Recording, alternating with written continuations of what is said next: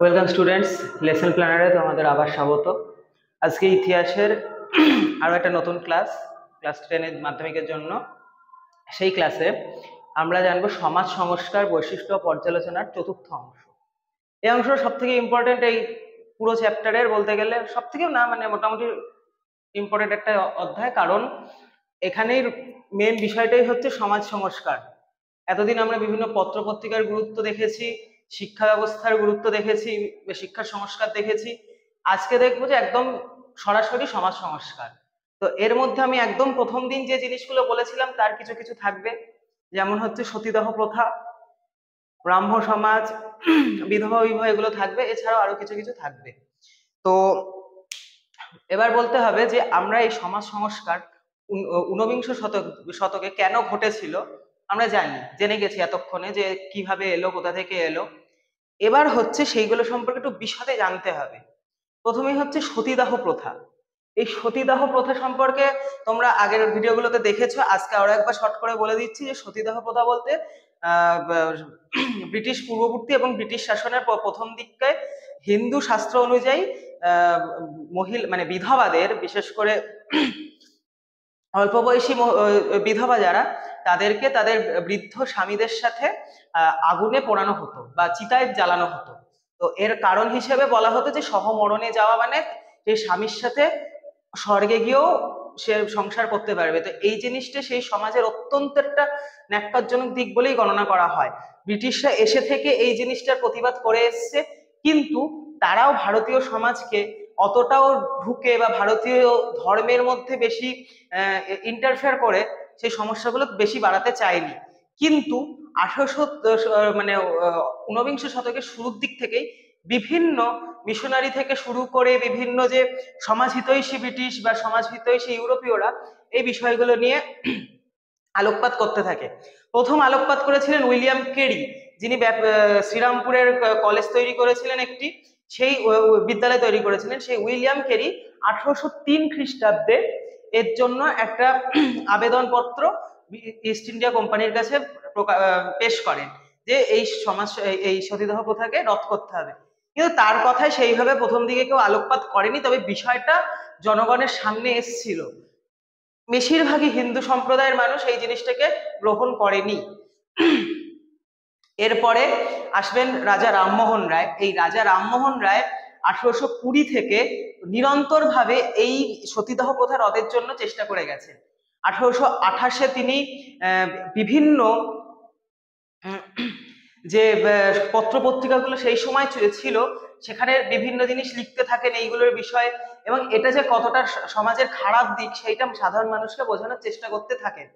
এর পরবর্তী সময়ে 1828 নাগাদ তিনি এই পাশটা ব্রিটিশ ইস্ট ইন্ডিয়া কোম্পানির গভর্নরের কাছে পেশ করেন, এবং 1829-এ লর্ড উইলিয়াম বেন্টিক আইন করে এই সতীদাহ প্রথা রদ করে দেন।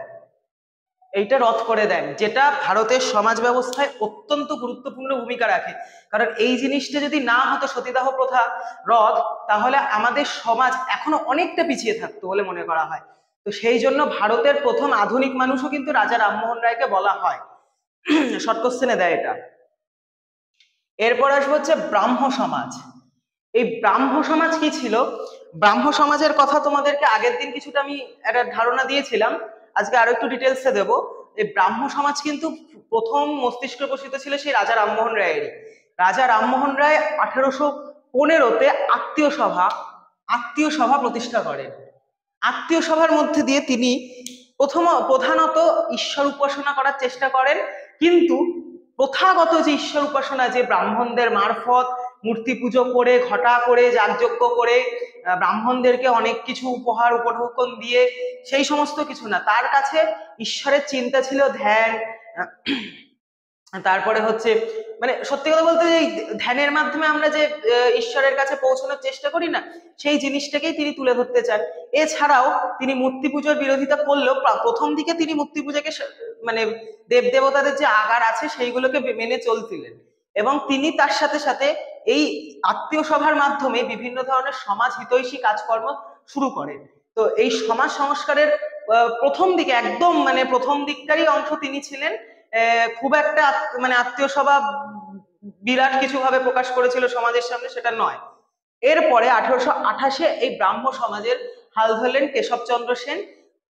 প্রাথমিক দিকে তার সাথে ছিলেন দ্বারকানাথ ঠাকুর। এই দ্বারকানাথ ঠাকুর এবং কেশবচন্দ্র সেন প্রথম দিকে একসাথেই কাজ করছিলেন, কিন্তু দ্বারকানাথ ঠাকুরের বেশ কিছু জিনিস কেশবচন্দ্র সেনকে মানে দ্বিধান্বিত করে এবং কিছুটা আঘাত হানে মনে। প্রধানত দ্বারকানাথের নেতৃত্বে যে ব্রাহ্ম সমাজটা চলছিল, তারা 1830-এর দশকে প্রায় 60 থেকে 70টা অল্প বয়সী মেয়ে এবং ছেলে মেয়েদের বিয়ে দেয়, বা বলতে গেলে বাল্য বিবাহ করায়। এই বাল্য বিবাহ কেশবচন্দ্র সেন মেনে নিতে পারেননি, এবং তাই জন্য তিনি পরবর্তীকালে সাধারণ ব্রাহ্ম সমাজ বলে একটি সভা গঠন করেন, যারা এই সমস্ত কিছুর একটু বাইরে ছিল এবং তারা অনেক বেশি মুক্তমনা ছিল বলে মনে করা হয়। এই মুক্তমনারা এই মুক্তমনাদের হাত ধরে কিন্তু বামাবোধিনী পত্রিকার প্রকাশ ঘটে।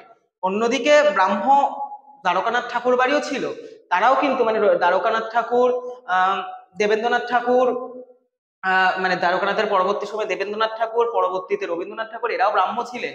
কিন্তু তারা এই সাধারণ ব্রাহ্ম সমাজের থেকে একটু আলাদা ছিলেন। তারা নিজেদের মতো করে উপাসনায় ঈশ্বর উপাসনা করতেন। বিশেষ করে আত্মার সাথে যে পরমাত্মার মিলন, এই জিনিসটাকে তারা অনেক বেশি করে দিতেন, এবং তারা মনে করতেন যে আমাদের হিন্দু সংস্কৃতিকে, এই হিন্দু সম্প্রদায়কে বদলানোর দরকার নেই। আমাদের দরকার হচ্ছে যে সেই হিন্দু সভ্যতার বা হিন্দু সংস্কৃতির যে জিনিসগুলো ভুল বলে মনে করা হচ্ছে বা তারা মনে করছেন ভুল, সেই জিনিসগুলোকে তারা শুধরবেন। কিন্তু জিনিসটা খুব একটা প্রাসঙ্গিকতা সেই সময় পায়নি এবং পরবর্তীকালেও খুব একটা ছিল না। ব্রাহ্ম সমাজ এখানে শেষ হলো। এরপর হচ্ছে নব্যবঙ্গ। ঊনবিংশ শতাব্দীর ভারতে সব থেকে বড়, বা বাংলায় সব থেকে বড় সমাজ সংস্কার যারা করার চেষ্টা করেছিলেন, তারা হচ্ছে নব্যবঙ্গ গোষ্ঠী। এর উদ্যোক্তা কে ছিলেন? হেনরি লুই ভিভিয়ান ডিরোজিও। হেনরি লুই ভিভিয়ান ডিরোজিও কে ছিলেন? হেনরি লুই ভিভিয়ান ডিরোজিও ছিলেন একজন ইউরোপীয় ব্যক্তি, যিনি এই কলকাতায় থেকে পড়াশোনা করেন এবং কলকাতায় তার নিজের অধ্যবসায়ের মাধ্যমে হিন্দু কলেজের প্রফেসর হন। কবে হন? হিন্দু কলেজের অধ্যাপক 1826 খ্রিস্টাব্দে। এবং সেখানে আসার সাথে সাথেই তার সেই কলেজের অন্যান্য অধ্যাপকদের সাথে মতবাদ হতে থাকে। কেন হতে থাকে? তার চিন্তা ভাবনা ছিল অনেকটাই র্যাডিক্যাল ধরনের, অনেকটাই তিনি উগ্র মনোভাবাপন্ন ছিলেন। তিনি তার ছাত্র কাম বন্ধু, তার তো বয়স বলতে গেলে 1826-এ তার বয়স 17 বছর বয়স। 17 বছর বয়সের প্রফেসর হচ্ছে হয়তো তার ছাত্ররাও তারই বয়সী, তো তাদের বন্ধুর মতো মিশতেন, তাদের সাথে সমাজের যে সমস্ত ছোঁয়াছুঁয়ি জাতপাত এইগুলোর বিরোধিতা করতেন। এবং তিনি তৈরি করলেন নব্যবঙ্গ গোষ্ঠী বা ইয়ং বেঙ্গল সোসাইটি। তার নিজের বাসভবনেই প্রথম দিকের কাজকর্মগুলো ছিল, পরবর্তীকালে ছড়িয়ে পড়তে থাকে। এই ইয়ং বেঙ্গল সোসাইটির গুরুত্বপূর্ণ কিছু ব্যক্তির নাম আমরা দেখে নেব। রামগোপাল ঘোষ, প্যারীচাঁদ মিত্র, রাধানাথ শিকদার, রামতনু লাহিড়ী, শিবচন্দ্র দেব, এরা কিন্তু প্রত্যেকেই পরবর্তীকালে নিজের নিজ পেশায় গুরুত্বপূর্ণ ভূমিকা অর্জন করেন। এই রামতনু লাহিড়ী একজন বিখ্যাত ব্যক্তি, তোমরা নাম শুনেছ। রাধানাথ শিকদারও খুবই বিখ্যাত ব্যক্তি, তার কীর্তি বলতে তিনি এভারেস্টের উচ্চতা মাপেন, তোমরা ভূগোল বইতে হয়তো পড়ে থাকবে আগের ক্লাসে। তো সেই সমস্ত ব্যক্তিরা কিন্তু এই নব্যবঙ্গ ডিরোজিওর শিষ্য ছিলেন। ডিরোজিও 1831 খ্রিস্টাব্দে মারা যান। তার আগে একটু বলে দিই যে তিনি বেশি দিন বাঁচেননি, যদিও তো তার কর্মজীবনের কিছু জিনিস বলে দিই। তিনি 1828 খ্রিস্টাব্দে একাডেমিক অ্যাসোসিয়েশন প্রথমে তৈরি করেন, পরবর্তীকালে সেটাই ইয়ং বেঙ্গল নামে পরিচিত হয় মানুষের কাছে। এরা কি করতেন? এরা গোমাংস ভক্ষণ করতেন এবং কালীঘাটের সামনে গিয়ে কালীঘাটের মন্দিরের সামনে গিয়ে মা কালীকে দেখে গুড মর্নিং ম্যাডাম বলে হেও করতেন। তো এই ধরনের বিষয়গুলো সেই সমাজের মানুষের মনে একটা চিন্তা ভাবনা আনতে থাকে যে এরা সমাজ, ভূগোল বইতে হয়তো পড়ে থাকবে আগের ক্লাসে। তো সেই সমস্ত ব্যক্তিরা কিন্তু এই নব্যবঙ্গ ডিরোজিওর শিষ্য ছিলেন। ডিরোজিও 1831 খ্রিস্টাব্দে মারা যান। তার আগে একটু বলে দিই যে তিনি বেশি দিন বাঁচেননি, যদিও তো তার কর্মজীবনের কিছু জিনিস বলে দিই। তিনি 1828 খ্রিস্টাব্দে একাডেমিক অ্যাসোসিয়েশন প্রথমে তৈরি করেন, পরবর্তীকালে সেটাই ইয়ং বেঙ্গল নামে পরিচিত হয় মানুষের কাছে। এরা কি করতেন? এরা গোমাংস ভক্ষণ করতেন এবং কালীঘাটের সামনে গিয়ে কালীঘাটের মন্দিরের সামনে গিয়ে মা কালীকে দেখে গুড মর্নিং ম্যাডাম বলে হেও করতেন। তো এই ধরনের বিষয়গুলো সেই সমাজের মানুষের মনে একটা চিন্তা ভাবনা আনতে থাকে যে এরা সমাজকে এতটাই বদলাতে চাইছে, কিন্তু এরা প্রচন্ড উগ্র, এরা বহু ঝামেলায় জড়ায়, এরা বিভিন্ন ধরনের উগ্রপন্থা মতের স্লোগান দেয়, সেই সময়কার মানুষজন মনে করত। এবং তারা আর একটা পত্রিকাও বের করতো, পার্থেনান পত্রিকা, তার মাধ্যমেও তারা তাদের মতামত জানানোর চেষ্টা করতো সাধারণ মানুষকে। প্রথম দিকে এরা বেশ কিছুটা সফল হয় এবং বহু অল্প বয়সী যুবকরা এই ইয়ং বেঙ্গল সোসাইটির সঙ্গে যুক্ত হতে থাকে। কিন্তু 1831-এ এই ডিরোজিওর মৃত্যুর পর তার মৌলালির বাড়িতেই তারই শিষ্যরা তৈরি করেন সাধারণ জ্ঞানার্জন সমিতি, এবং যারা বিভিন্ন বইপত্র, বিশেষ করে ইউরোপীয় বইপত্র থেকে নিজেদেরকে অনুপ্রাণিত করতে, বিশেষ করে ফরাসি বিপ্লব বা সেই সময়কার যে সমস্ত রেনেসা বা আরো শিল্প বিপ্লব, এই জিনিসগুলো নিয়ে পড়াশোনা করতে এবং ভারতে সেই জিনিসগুলোকে কিভাবে ইমপ্লিমেন্ট করবে সেই জিনিস নিয়ে তারা চিন্তা ভাবনা করতো। এটাই ছিল তাদের মূল উদ্দেশ্য। কিন্তু সাধারণ মানুষ তাদেরকে এই 1838-এর পরবর্তী সময় 1839-40 সময় থেকেই তাদেরকে হেয় করতে শুরু করলো।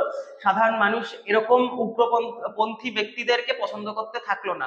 তাদের মনে হচ্ছিল যে এরা আসলে বখাটে ছেলেপিলে এবং এদের ভবিষ্যৎ বলে কিছু নেই, যদিও ভবিষ্যৎ আছে কিনা তা এই নামগুলো দেখেই বোঝা যাচ্ছে, কিন্তু তাদের পন্থাটা ভুল ছিল। এবং ডিরোজিওর মৃত্যুর পর তারা অনেকটা দিশাহারা হয়ে যায় এবং পরবর্তীকালে ইয়ং বেঙ্গল সোসাইটি ভেঙে যায়।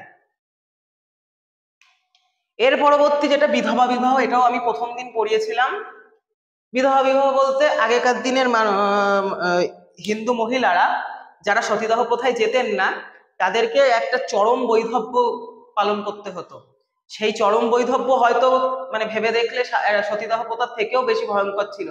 তারা একবেলা অন্ন গ্রহণ করতেন, চুল ছোট রাখতেন, আলোর সামনে বেশি অন্ধকারের হয়ে গেলে তারা মুখ দেখাতেন না মানুষকে, তারা সাদা থান পরে থাকতে হতো, তারপরে নিরামিষ আহার করতে হতো এবং বহু মোটামুটি বলতে গেলে চিরজীবনটাই তাদেরকে একটা সেই সন্ন্যাস গ্রহণ করে কাটাতে হতো অল্প বয়স থেকেই। কারণ তখনকার দিনে কিন্তু অল্প বয়সী মেয়েদেরই বৃদ্ধ ব্যক্তিদের সাথে বিয়ে দিতে হতো এবং বৃদ্ধরা বহু বিয়ে করতো। যাদের আগে বিয়ে হয়েছে তারা তো ভালো, হয়তো কিছুদিন সংসার করেওছে, ছেলে মেয়ে নিয়ে থাকতে পারতো, কিন্তু বেশিরভাগেরই সেটা সম্ভব ছিল না। তো সম্পূর্ণ একাকীভাবে তাদের জীবন কাটাতে হতো। তো এর জন্য প্রথম দাবি কিন্তু তুলেছিলেন রামমোহন রায়, প্রথম দাবি তোলেন। তারপরে 1850-এর দশকে এই দাবিটা জোরালো হয় ঈশ্বরচন্দ্র বিদ্যাসাগরের দ্বারা। ঈশ্বরচন্দ্র বিদ্যাসাগর তিনি 1853 খ্রিস্টাব্দে একটা প্রবন্ধ লেখেন যে এই বিধবা বিবাহ আইন চালু করার জন্য। তো এই বিধবা বিবাহ আইন চালু করার ক্ষেত্রে তার প্রবন্ধে তিনি মনুসংহিতা থেকে দেখান যে এবং মনুসংহিতাকে প্রধানত তিনি রেফারেন্স হিসেবে নিয়েছিলেন, এছাড়া বহু হিন্দু শাস্ত্র থেকে তিনি নিয়ে দেখান যে সেখানে বিধবা বিবাহ বা বিধবাদের বিবাহ করা হিন্দু শাস্ত্র মতে কোনো অপরাধ নয় এবং আগেও বহু বিধবার বিবাহ হয়েছে। কিন্তু তবুও সেই সময়কার সমাজ বা কুলীন ব্রাহ্মণ সমাজ সেই জিনিসটাকে মানছিল না। 1855 খ্রিস্টাব্দে 1000টা স্বাক্ষর নিয়ে তিনি একটা ব্রিটিশদের কাছে পিটিশন দেন যে এই 1000 জন সপক্ষে আছে বিধবাদের বিবাহ দেওয়ার জন্য। তার প্রতিবাদে এক সপ্তাহের মধ্যে প্রায় 10,000 নিয়ে হিন্দু সমাজ এর প্রতিবাদ করে। তো যতই হোক সেই সময় ব্রিটিশরা বিধবাদের এই বিবাহর প্রতি একটু নরম মনোভাব রেখেছিল যে হ্যাঁ, বিধবাদের বিবাহ হওয়া উচিত, তাদের জীবনের অনেক কিছু দরকার রয়েছে এখনো। তো সেই জন্য 1856 খ্রিস্টাব্দে এই আইন পাশ হয়। এই আইন পাশ হয় যে বিধবারাও বিবাহ করতে পারবে এবং এরপরে ঈশ্বরচন্দ্র বিদ্যাসাগর তার নিজের পুত্রের সাথে কালীমতি নামে এক বিধবার বিবাহ দিয়েছিলেন।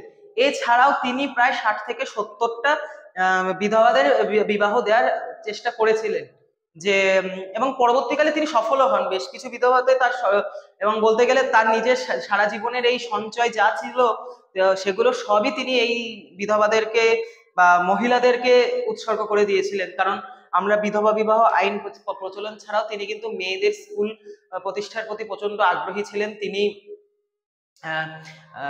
কি বলে কালীকৃষ্ণ বিদ্যাপীঠ, যেটা আগের দিনও বলেছি যে কালীকৃষ্ণ বিদ্যাপীঠ তৈরি করেন, মেদিনীপুরে বিদ্যালয় তৈরি করেন মেয়েদের জন্য, যেগুলো আজও চলছে, বীরভূমে কিছু তৈরি করেন, এবং তাছাড়াও তিনি বেশ কিছু পাঠ্যপুস্তক রচনা করেন, যে পাঠ্যপুস্তকগুলো সেই সময়কার মানে শুধু মেয়ে বলে না, ছেলেরাও তাদের বিদ্যালয়ে নিজেদের সংস্কৃতি এবং নিজেদের ভাষার উপর জোর রাখবে। বিশেষ করে বাংলা ভাষায় তার পাঠ্য পুস্তকগুলো খুবই গুরুত্বপূর্ণ ভূমিকা পালন করেছিল। তো বিধবা বিবাহ আইন আমরা কমপ্লিট করলাম। এই ছিল সমাজ সংস্কার। এইবার 1860, এই 1860 সাল অর্থাৎ ভারতের ইতিহাসে শেষ একটা গুরুত্বপূর্ণ সময়। 1857-তে সিপাহী বিদ্রোহ হয়ে গেছে এবং তারপরে যে সমস্ত আদিবাসী বিদ্রোহগুলো সেগুলো ক্রমাগত সংঘটিত হচ্ছে। এই 1860-এই আমরা দেখেছি নীল বিদ্রোহ হচ্ছে। এই সময় থেকেই সমাজ সংস্কার ত্বরান্বিত হলো। এই সময় বিভিন্ন পত্র পত্রিকা যেমন তত্ত্ববোধিনী, সমাচার দর্পণ,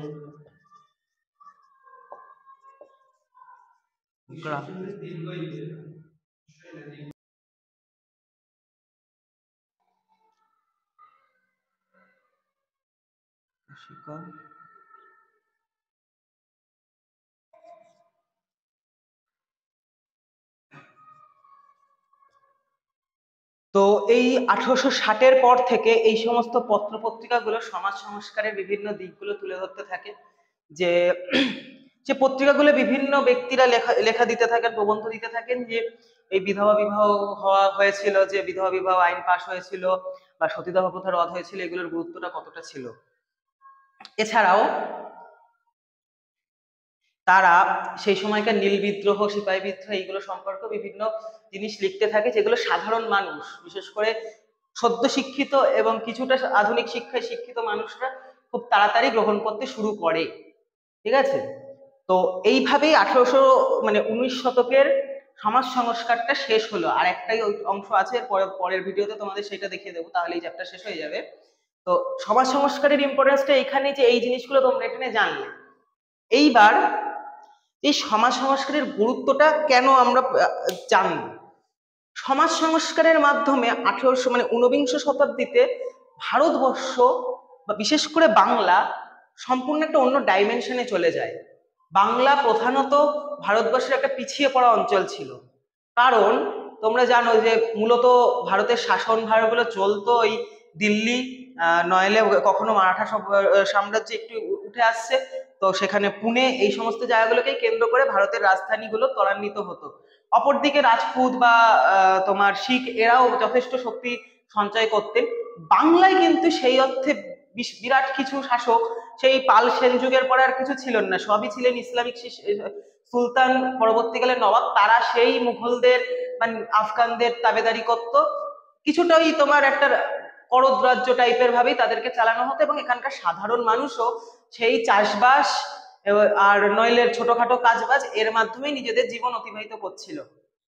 ব্রিটিশরা আসার পরে এই 19 শতকে যখন এই ভারতের প্রথম দিককার যে সমস্ত সুপার হিরো, যেগুলো আমি প্রথম দিন বলেছিলাম, রামমোহন রায়, ঈশ্বরচন্দ্র বিদ্যাসাগর, রাধানাথ শিকদার, কেশবচন্দ্র সেন, দ্বারকানাথ ঠাকুর, উইলিয়াম কেরি, হেনরি লুই ভিভিয়ান ডিরোজিও, তারা আসছেন, তারা এই সমাজটাকে চেঞ্জ করতে চাইছে। তাদের উদ্যোগে তারা কিন্তু প্রচন্ড হেয় হয়েছেন, প্রচন্ড মানে অপমানিত হয়েছেন তাদের সারা জীবনে। ভালো ভালো ফ্যামিলির থেকে আসা সত্ত্বেও তাদেরকে মানে সেই অচ্ছুত করে দেওয়া হয়েছিল, এবং রামমোহন রায়কে তো প্রায় একঘরেই করে দেওয়া হয়েছিল। ঈশ্বরচন্দ্র বিদ্যাসাগরও পরবর্তীকালে রাঁচির দিকে চলে যান নিজের থাকার জন্য, এখানে এত অপমানিত হয়েছিলেন। ঈশ্বরচন্দ্র বিদ্যাসাগরকে ঢিল ছুঁড়ে মারতেন তৎকালীন হিন্দু সভ্যতার, হিন্দু সম্প্রদায়ের ব্যক্তিবর্গরা। তো তার মাধ্যমেই এই সমাজগুলো সংস্কার হতে শুরু করে, যেগুলো পরবর্তীকালে আমাদের জাতীয় চেতনা উন্মেষে, এবং যে এর পরবর্তী অধ্যায়গুলোতে আমরা দেখবো যে কিভাবে ভারতীয়রা এই নিজেদের স্বাধীনতা অর্জন, নিজেদের যোগ্যতা অর্জনে এগিয়ে আসছে। সেই ক্ষেত্রে এই সমস্ত ব্যক্তিদের ভূমিকা গুরুত্বপূর্ণ। পরের দিনের চ্যাপ্টার একটা দিয়ে দিচ্ছি, পরের দিন হচ্ছে ধর্ম সংস্কার। এই ধর্ম সংস্কারে হাজি মহসিন, স্বামী বিবেকানন্দ এবং রামকৃষ্ণদেব, এদের নাম আমরা জানবো, এবং তারাও কিন্তু তাদের নিজ নিজ কাজের মাধ্যমে, ধর্ম প্রচারের মাধ্যমেই এই সমাজ সংস্কার, হিন্দু এবং মুসলিম সম্প্রদায়ের যে গোড়ামি, সেগুলোকে ভাঙার চেষ্টা করেছিলেন। এবং আজকের দিনেও দাঁড়িয়ে যে আমরা এই সমস্ত কিছুকে দেখছি যে সব আমাদের সমাজে এত এখনো তো জাতিভেদ তো রয়েছেই, তোমরা খবরের কাগজ খুললে বা টিভি দেখলেই জানতে পারো, জাতপাত তো রয়েছেই, সাথে নিচু জাত উঁচু জাতের ব্যাপারও রয়েছে, সে হিন্দু মুসলিম খ্রিস্টান সব ধর্মেই আছে। তো সেই বিষয়গুলোকে নিয়েই আমরা ভাবছি যে কিভাবে পরবর্তী প্রজন্মকে সেই সমস্যাগুলোর মধ্যে না ফেলা যায়। আমিও আমার এই ক্লাসের মাধ্যমে এগুলোই বলতে চাই যে এই জিনিসগুলো যে তোমাদেরকে সিলেবাসে দিয়েছে, এর কারণ তোমরা এর মাধ্যমেই বিচার করবে যে কোনটা করতে হবে কোনটা করতে হবে না, এবং কারা করেছেন, এবং এখন কোন কোন জিনিসগুলো করা উচিত না। আজকের জন্য এটুকুই, দেখা হচ্ছে পরের ভিডিওতে।